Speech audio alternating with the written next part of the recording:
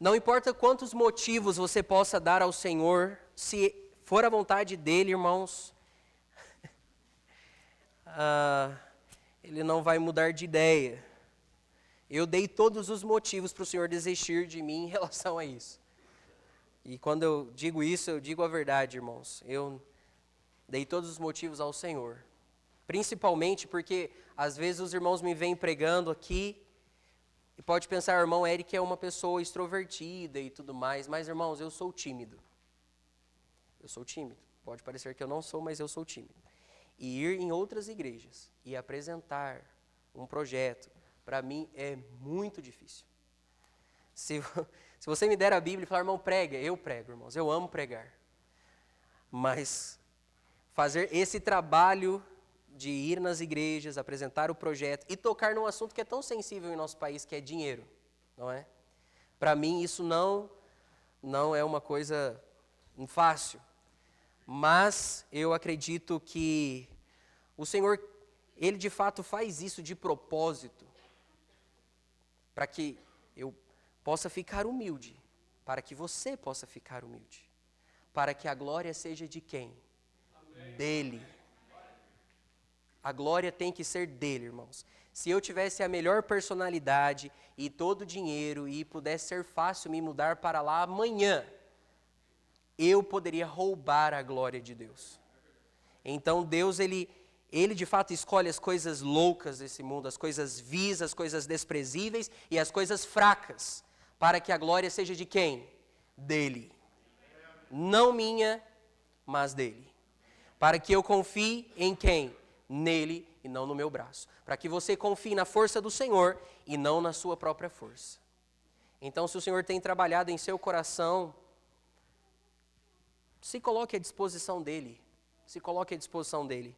Porque ele, de fato, irá abrir um caminho. Como dizia Hudson Taylor, a obra do Senhor, feita à maneira do Senhor, nunca terá falta dos recursos do Senhor. Você só precisa se colocar à disposição e o Senhor irá ousar e o abençoar. Amém? João capítulo 4, quero trazer uma mensagem breve essa noite. João 4, versículo 4. Eu não vou ler todo o texto, porque de fato é um texto extensivo, mas eu quero trazer uma mensagem essa noite intitulada Da fonte da salvação aos campos da colheita. Da fonte da salvação aos campos da colheita. E o versículo 4 diz, e era-lhe necessário passar por Samaria, falando sobre o Senhor Jesus Cristo. Pai, nós te pedimos que abençoe agora a pregação da Tua Palavra, que fale aos nossos corações, que nos desafie através da pregação da Sua Palavra, o exaltamos, o glorificamos, confiamos em Ti, Senhor, e pedimos a Ti que fale aos nossos corações essa noite, em nome do Senhor Jesus. Amém. Irmãos, quando nós lemos a Bíblia, nós vemos que havia uma animosidade entre os judeus e os samaritanos. Quando você lê o Antigo Testamento, você vai descobrir que quando houve aquela divisão em Israel entre as 10 tribos do norte e as 2 tribos do sul, ali então nasceu uma certa animosidade, uma certa um sentimento de amargura de uns contra os outros.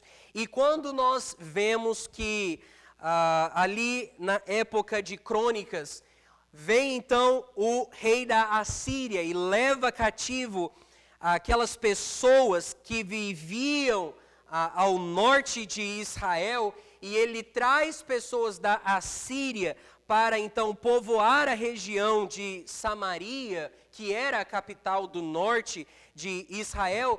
Nós vemos então que os judeus eles começaram a enxergar aquelas pessoas com um certo preconceito. Eles não queriam ter contato com aquelas pessoas, eles não queriam ter nada a ver com aquelas pessoas. Tanto que quando nós lemos o texto, nós vamos notar no versículo de número 8, quando diz assim, pois seus discípulos tinham ido à cidade para comprar alimentos, discípulos do Senhor Jesus. E agora olha o versículo de número 31. Enquanto isso, os seus discípulos lhe suplicavam, dizendo: Mestre, come. Mas ele lhes disse: Eu tenho um alimento para comer que vós não conheceis. Os discípulos do Senhor, eles não estavam preocupados com a salvação daquelas pessoas. Eles estavam preocupados apenas em cuidar dos seus próprios negócios. Eles foram lá comprar comida, eles trouxeram comida, e quando eles viram o Senhor Jesus Cristo, então, evangelizando aquela mulher perto de um poço, eles não deram importância à salvação da alma daquela mulher. Eles continuaram focados em cuidar dos seus próprios negócios. Eles tinham uma animosidade, eles tinham então uma certa desconsideração pela alma daquelas pessoas samaritanas, um certo preconceito com aquelas pessoas samaritanas, devido que aqueles samaritanos, eles faziam parte de uma raça mestiça, judeus com gentios, não é? E eles pegaram ali traços da religião judaica e casaram com o paganismo assírio. Então eles tinham uma adoração impura, corrompida também. Então o judeu olhava para aquelas pessoas com o quê? Desprezo, desdém. E é por isso que a expressão que nós lemos no versículo 4, e era-lhe necessário passar por Samaria, se torna tão importante. Por quê? Porque geralmente um judeu, ele tomava uma outra rota, ele fazia um desvio, ele descia pelo Rio Jordão, atravessava o Rio Jordão, tomava o caminho da Pérea, e então ele ia por outro caminho para se desviar de Samaria. Mas o texto diz, e era-lhe necessário passar por Samaria.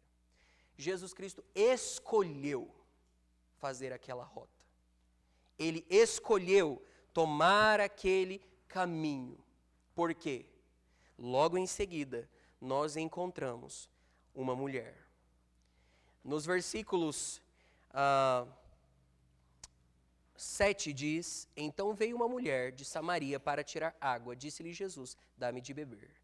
Pois seus discípulos tinham ido à cidade para comprar alimento. Então disse-lhe a mulher samaritana: Como é que tu, sendo um judeu, pedes de beber a mim, que sou mulher de Samaria? Porque os judeus não se relacionam com os samaritanos. O Senhor Jesus Cristo, ele estava preocupado, ele estava atento à alma de uma mulher perdida. Os discípulos estavam concentrados em ir, comprar o seu alimento, fazer os seus negócios, voltar, fazer a sua refeição. Mas Jesus estava o quê? Ocupado e preocupado com a salvação de uma mulher. Quando nós lemos Atos capítulo 8, nós vemos de novo algo semelhante acontecendo, quando está havendo um avivamento em Samaria, e o Senhor pede para que Filipe saia de Samaria e vá para onde? Para o deserto. Pregar para quantas pessoas? Uma. E eu sei, irmãos, tem se falado muito sobre evangelismo nas últimas pregações. Inclusive hoje de manhã foi uma grande bênção ouvir do pastor Martinho pregando sobre o inferno. Mas você já parou de fato para considerar o valor que uma alma tem para o Senhor Jesus Cristo? E muitas vezes eu e você estamos como os discípulos, ocupados em cuidar dos nossos negócios, ocupados em viver a nossa vida. E negligenciamos a salvação daquelas pessoas que estão ao nosso redor precisando ouvir o Evangelho. Quando nós lemos o versículo 13, nós vemos a necessidade pessoal que essa mulher tinha. Versículo 13, Jesus respondeu e disse-lhe: Qualquer que beber desta água terá sede novamente, mas aquele que beber da água que eu lhe der nunca terá sede. Mas a água que eu lhe der se fará nele uma fonte de água a jorrar para a vida eterna. Essa mulher, ela tinha uma necessidade. Qual era a necessidade dela? Salvação. E muito se fala nesse mundo sobre as necessidades das pessoas. As pessoas têm necessidade de estudo, as pessoas têm necessidade de um custo de vida mais acessível. As pessoas têm necessidade de uma casa própria, um carro próprio. As pessoas têm necessidade de um diploma universitário. E todo mundo vai girando em torno disso. Necessidades temporais, passageiras. Mas Jesus faz essa mulher parar para perceber a maior necessidade da vida dela, que é, sem dúvida, a maior necessidade de qualquer pessoa debaixo desse céu, que é vida eterna. Porque, irmãos, sua casa vai ficar aqui, seu carro vai ficar aqui, seu diploma vai ficar aqui, seus recursos vão ficar aqui. Mas e sua alma? Se você não é salvo aqui essa noite? E se você é salvo aqui essa noite, e eu acredito que a maioria seja, então você sabe de fato qual é o valor de uma alma? Você considera, porque é muito fácil eu falar que uma alma vale muito, que uma alma é muito preciosa, mas de fato, você está parando sua vida, seus negócios, e se ocupando com uma alma? Eu estou atarefado, irmão Eric, eu estou cheio de serviço, eu tenho que estudar, eu tenho que sustentar minha esposa, eu tenho que sustentar meus filhos, eu tenho que cuidar da minha casa, da minha família e tudo mais. E eu sei disso, irmãos, mas sabe, há momentos que nós precisamos parar com os nossos negócios e nos colocarmos à disposição dos negócios de quem? Do Senhor.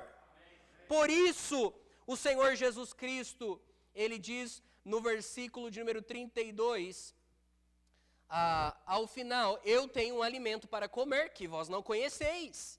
E os discípulos respondem, portanto, os discípulos diziam uns aos outros, acaso algum homem lhe trouxe algo de comer?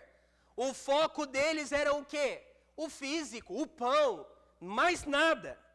E Jesus então disse-lhes, o meu alimento é fazer a vontade daquele que me enviou e completar a sua obra. Sabe, irmãos, há momentos que Deus vai exigir de mim e de você que nós paramos com os nossos negócios e nos colocamos à disposição dos negócios dele.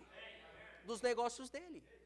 Há uma filosofia dentro das igrejas hoje em dia, uma filosofia dentro do cristianismo que é possível eu servir a Deus nos meus termos, no meu tempo. Eu gasto e desgasto a minha vida para o que é temporal. E quando eu estiver na velhice, e quando eu não tiver mais nada de bom para fazer, então, Senhor, eis-me aqui. O Senhor, Ele pode interromper os seus negócios. Já parou para pensar que você pode se dedicar 5 anos estudando em uma faculdade, o Senhor pode virar para você essa noite e falar, guarda esse diploma, eu quero que você seja missionário. Amém, irmãos? É a verdade ou não é? Deus não faz isso, irmão Eric, não? A menos que não seja o seu Deus e o Deus da Bíblia não sejam o mesmo. Porque o Deus da Bíblia faz isso. Será? Que o Senhor pode olhar, você pode olhar para o seu conforto hoje, para a sua casa, para o seu carro, para os seus bens, e o Senhor pode falar, ok, eu quero que você se mude lá para Venezuela, lá para a selva da Venezuela, e você vai pregar lá, você vai ser missionário lá. Deus pode fazer isso? Irmãos, como está quieto aqui essa noite? Você entende o valor de uma alma? Eu não estou indo ao Paraguai porque eu não tenho nada melhor para fazer da minha vida. Eu tinha sonhos, tinha planos, tinha projetos. Estou indo porque eu entendo que é a vontade do Senhor e porque eu tenho buscado ter um coração que ama as almas.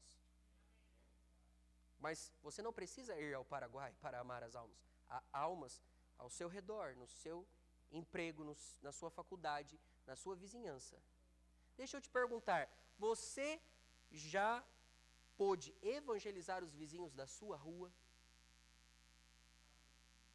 Você já pôde ganhar pelo menos um vizinho da sua rua para Cristo? Você pelo menos tentou?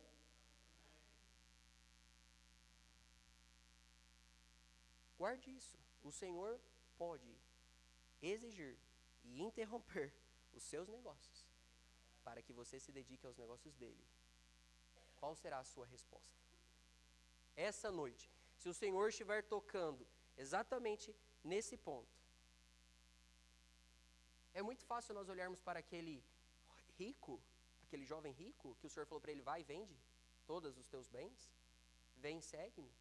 Oh, mas que homem carnal. Se Deus exigisse o mesmo de você hoje, para você ser um missionário fora daqui? E se Deus exigisse o seu emprego bem assalariado, para que você então saia dele e se torne pastor de uma igreja local, ganhando metade, talvez 2, 3 vezes menos do que você ganha aí fora no mercado? Ah, irmão Eric, Deus não faz isso. Deus, Ele quer que eu seja rico, próspero.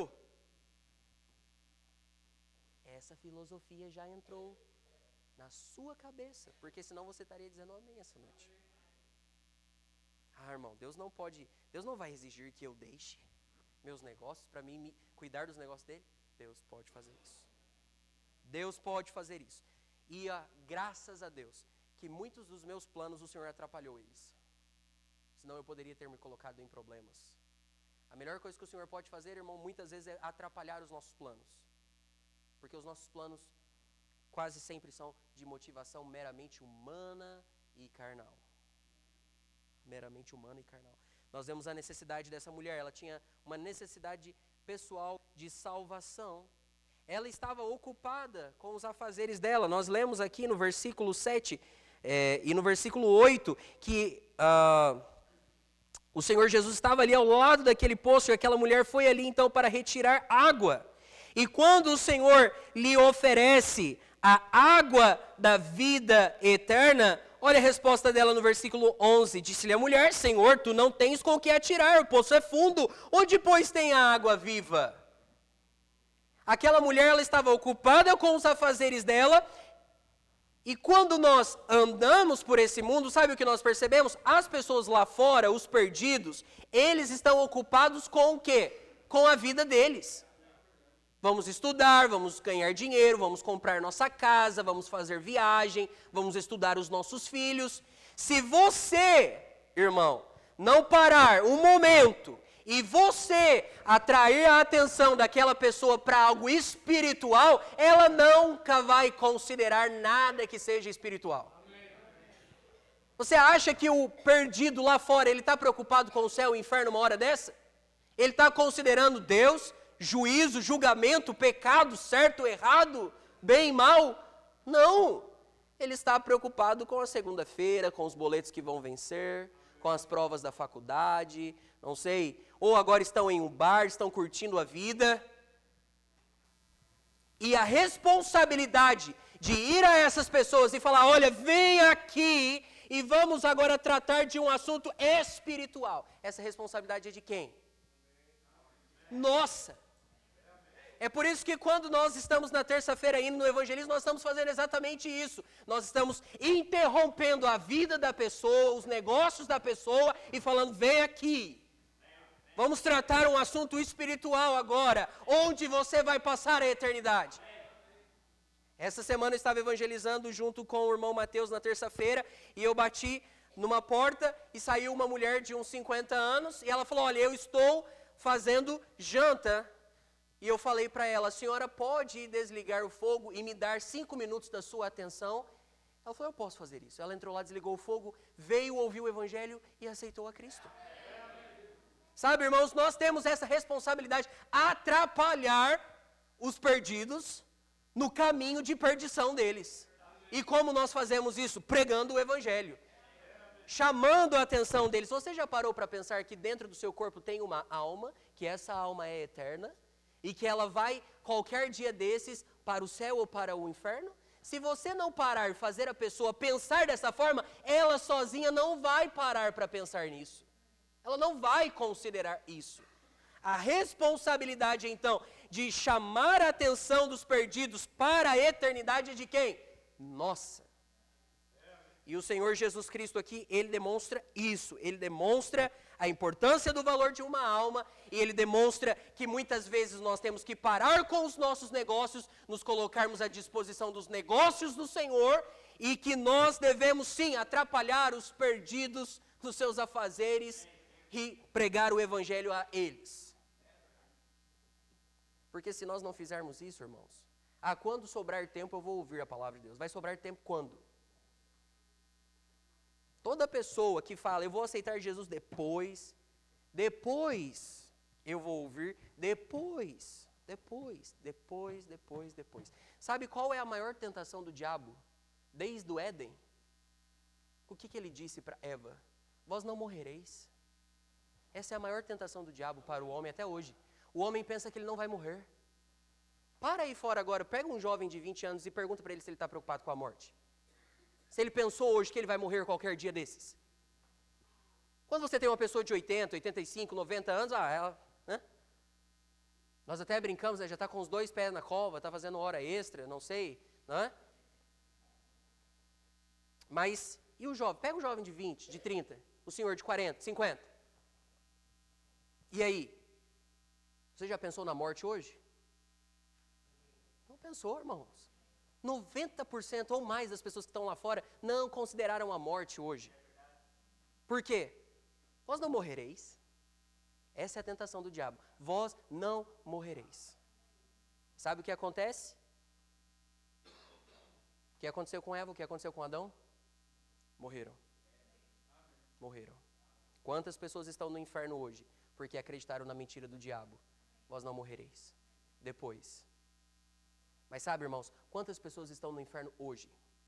Porque eu e você fomos omissos na nossa responsabilidade de chamar a atenção dessas pessoas para o evangelho. De lhes dizer da verdadeira fonte de água viva, que é o Senhor Jesus Cristo. Jeremias 2,13, já estou encerrando, Jeremias 2,13.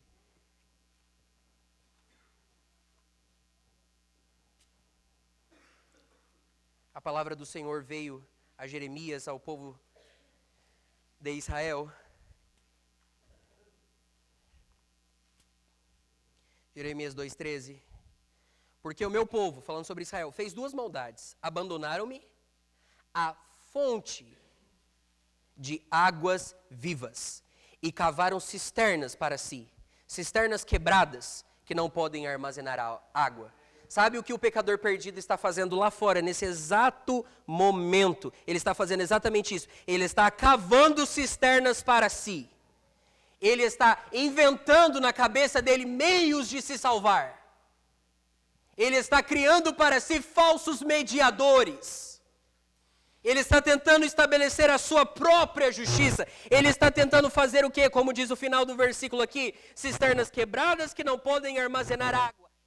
Tentando juntar justiça para falar, Senhor, aceita a minha justiça. E não vai funcionar. Só que como ele vai conhecer a fonte da salvação, se eu e você não lhe dissermos? Em Atos capítulo 20, sabe, irmãos, muitas vezes nós lemos a Bíblia e fazemos só isso, lemos.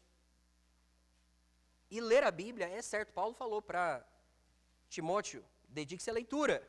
Mas sabe o que diz em Salmo? Abençoado é o homem que não anda no conselho do ímpio, nem fica no caminho dos pecadores, nem assenta na cadeira dos escarnecedores, mas seu prazer está na lei do Senhor, na sua lei faz o quê?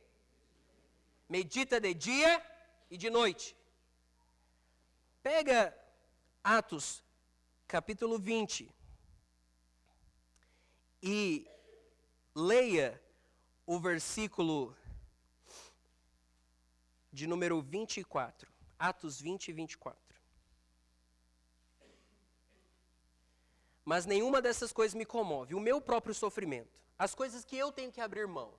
Olha para a vida de Paulo, olha quem Paulo era, tudo que Paulo tinha, e ele abriu mão de tudo isso para pregar o evangelho, e foi humilhado, e foi perseguido. E olha o que ele diz no final da vida dele, mas nenhuma dessas coisas me comove.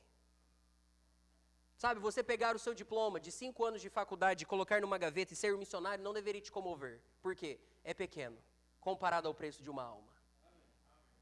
Mas nenhuma dessas coisas me comove, nem valorizo minha vida para mim mesmo, para concluir com alegria minha carreira e o ministério que recebi do Senhor Jesus, para testificar do evangelho da graça de Deus. Agora, veja o versículo 26. Preste atenção, irmão. Medite nesse versículo. Portanto, eu vos declaro nesse dia que estou limpo do sangue de todos os homens. Olhe espiritualmente para suas mãos agora. Elas estão limpas ou elas estão ensanguentadas? Eu posso dizer, muitas vezes as minhas mãos se encontram ensanguentadas. Medita nesse texto, considera esse texto. Eu estou limpo do sangue de todos os homens, porque não evitei de declarar a todos vós o conselho de Deus. Você tem feito isso? Você tem sido um seguidor de Jesus Cristo, porque Jesus Cristo parou o dia dele, os negócios dele, para se dedicar a uma mulher, a uma alma. Você tem feito isso? Parado os seus negócios? Para se dedicar à salvação de uma alma? Uma alma? Quando nós olhamos para essa mulher, nós vemos que o Senhor Jesus trata o pecado dela, não é? O texto é muito conhecido, não, por questão de tempo, não vou entrar em todas essas questões, mas algo interessante nós vemos nesse texto é que essa mulher, ela teve 5 homens, 5 maridos, e agora Jesus fala, o que você tem não é teu. Então são quantos? 5 mais 1? 6. 6 na Bíblia é o número de quem? Do homem. Sabe o que mudou a vida dessa mulher quando ela encontrou o 7º? Jesus Cristo. Por isso eu posso cantar essa noite. Precioso é Jesus para mim. Precioso é Jesus para mim. Celeste prazer é Jesus conhecer. Precioso é Jesus para mim. Por quê? Eu sei a diferença que faz encontrar o 7º homem, Jesus Cristo. E nós vemos o impacto que essa mulher teve para fechar a pregação essa noite. João capítulo 4. João 4. Quando aquela mulher ela encontra a fonte da salvação, sabe? Sabe o que ela faz? Olha versículo de número 28. Vamos ler o 28, versículo 28. A mulher então deixou o seu cântaro e foi no caminho da cidade e disse aos homens, vinde, veio de um homem que me disse todas as coisas que eu tenho feito. Não é este o Cristo? Sabe o que essa mulher fez? Ela deixou o cântaro dela. Agora ela deixou os negócios dela. Igual Jesus deixou os negócios dele para cuidar da alma dela, ela agora está deixando os negócios dela para ir cuidar da salvação de outros. É assim que deve ser vivida a vida cristã, irmãos. Deixa o seu cântaro essa noite. E faça como essa mulher. Vinde, veio de um homem. Só isso, vem ver ele. Conte aos outros o que Jesus fez por sua alma. Você não precisa ser formado no Instituto Bíblico ou ser um teólogo para você saber evangelizar. Basta você falar, olha, eu sou um pecador. Eu merecia ir ao inferno. Eu estava indo ao inferno. Minha justiça não servia nada para Deus, mas Jesus morreu por mim. Oh, amém. Você já tem todo o conteúdo para evangelizar. E sabe, irmãos, então o Senhor Jesus, ele chama a atenção dos seus discípulos e diz no versículo 35, ainda há 4 meses, então virá a colheita. Eis que eu vos digo, levantai os vossos olhos, vede os campos, porque eles já estão brancos para a colheita. Mais uma vez, para e medita nesse texto. Os campos estão brancos para a colheita. As almas, irmãos, elas estão vazias, elas estão desesperadas, elas estão procurando remédio, solução, em tudo quanto é lugar. Nas drogas, nas bebidas, na prostituição. Tudo isso por desespero. E nós temos a fonte da água da vida eterna e não temos feito quase nada por essas pessoas. Sabe por que não há muitas pessoas aceitando a Cristo? Não é só porque, o coração das pessoas estão duro. Irmão, o coração das pessoas estão duro. Tão duro, irmão. Eu sei. Quando eu estou evangelizando na praça, nas casas, eu sei que o coração das pessoas estão duros. Mas muitas só não são salvas porque não sabem como ser salvas. Porque quando alguém abre a Bíblia e mostra para elas como serem salvas, elas serão salvas. Os campos estão brancos para a colheita. Lá no Paraguai, aqui no Brasil, em outras regiões. Qual é o problema? São poucos os trabalhadores. Será que você está disposto a dizer, Senhor, eis-me aqui, envia-me a mim. Eu quero ser um trabalhador. Não importa o que eu tenha que abrir mão. Amém? Versículo 40. Assim, então, os samaritanos foram até ele e pediram-lhe que ficasse com eles. E ele ficou ali 2 dias. E muitos mais creram por causa da própria palavra do Senhor Jesus. E diziam à mulher, já não é pelo que disseste que nós cremos, porque nós mesmos o temos ouvido e sabemos que este é verdadeiramente o Cristo, o Salvador do mundo. Hoje eu posso dizer que Jesus Cristo de fato é o Salvador do mundo. Não porque o pastor Rafael me disse, ou o pastor Mateus me contou, mas porque hoje eu sei que ele é precioso para mim. Eu sei o que ele fez na minha própria vida, eu sei o que ele fez no meu coração. Eu sei o que eu encontrei nele, não encontrei em mais ninguém, em mais nada. Sabe, o Senhor ficou 2 dias ali. A época da igreja são o quê? 2 dias, 2000 anos. Depois, no versículo de número 45, o Senhor Jesus volta para onde? Para a Galileia, e os galileus o receberam. Sabe o que vai acontecer, irmãos? Está chegando a hora do arrebatamento da igreja, quando a atenção de Deus vai retornar novamente para quem? Para os judeus. E nós conhecemos a palavra de Deus e sabemos que haverá uma mudança significativa na maneira em que Deus dispensa salvação às pessoas durante a tribulação.